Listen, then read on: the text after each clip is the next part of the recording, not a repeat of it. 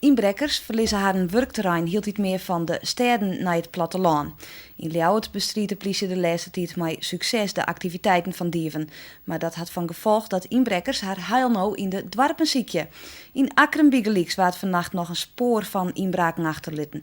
En ik wergeef het plegen troch inbraken. De spanning in dit dorp wordt hield iets grutter. Heel Bwasterhem en de dwarpen rondom Ljouwert litten een grote tanname van het tal inbraken zien. In Akkerum waard Biegeliks vannacht nog 5 keer inbrutsen. Neffens de politie verliezen de inbrekkers haar een werkterrein, hield iets meer van de stad naar het platteland. Wij denken toch, met name dat we in Ljouwert toch wel wat succes hebben met het oppakken van dierders. En dat er mogelijk toch wat uitstraling is naar de boetedwarpen van Bwasterhem en van Ljouwert. Ook in Wergeer binnen hield iets meer inbrekkers op een paard. In de eerste 12 dagen van het jaar is er al 5 keer inbrutsen. Ik bij de Molkboer van de Wal binnen de inbrekkers al rond een man al 6 keer op bezitten west. Alles went op een deur. Je wordt er hut in, denk ik. Maar ja, je wordt ook lelijker. Ja, alleen maar lelijker. Nou, dus ik kreeg een morgen om het net verder te doen. De bevolking van Wergeer is skrokken en de inbrekkerij is het talk of the town. Nou, ik vind het goed verschrikkelijk. En ten eerste, ik hoop dat ze er pakken.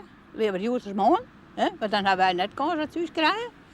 En het is zo, stel je voor, als ze nou bij mij inbreken, dan zou ik hier hem de beurs en pak me gauw op. Maar ik ga in tijd wel even de politie bellen. Ik weet ernaast dat ze inbrutsen hebben. Nou, dat vind ik verschrikkelijk. Hè? En dat we in het eerst. Als nou na de tijd ben er naar verschillende inbraken geweest.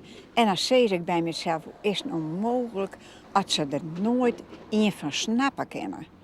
Het gaat ze wat in alle gevallen om wente inbraken en de dieven binnen benammen uit op Jilt. De dieven komen binnen terug de achterdeur of het huis kerutje. We zieken eruit komen gewoon. Zit dat je hem op dit stuit net te volle weten? Wij weten wel wat. Wat weet je hem dan? Dat wil ik liever net zeggen. Het is hevig. Ik vind wel. Vooral als je nou weer er even inbrutsen. En dan krijg je voor het gevoel al blikstender. Nou aan zijn wijd, denk ik. Volgens mij, om hem nou, binnen maar 14 dagen onder het tierenpeel vast en breng hem wat eten en wat drinken. Dat iedere keer, en het boet er maar op van, ik ben de dader. Na je weken worden er in Wergeer tijdens de toneeljoen extra surveillanten ingezet.